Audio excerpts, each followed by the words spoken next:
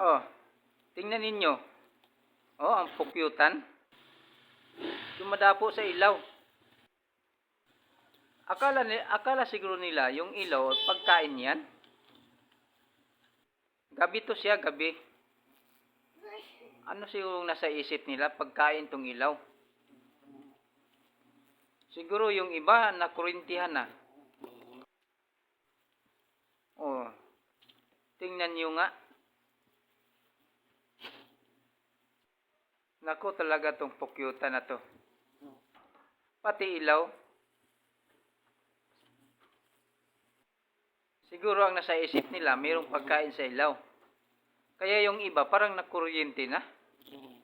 Kawawa naman. Gabi ito, gabi. Pastila naman tong pukyutan na to. Akala nila pagkain.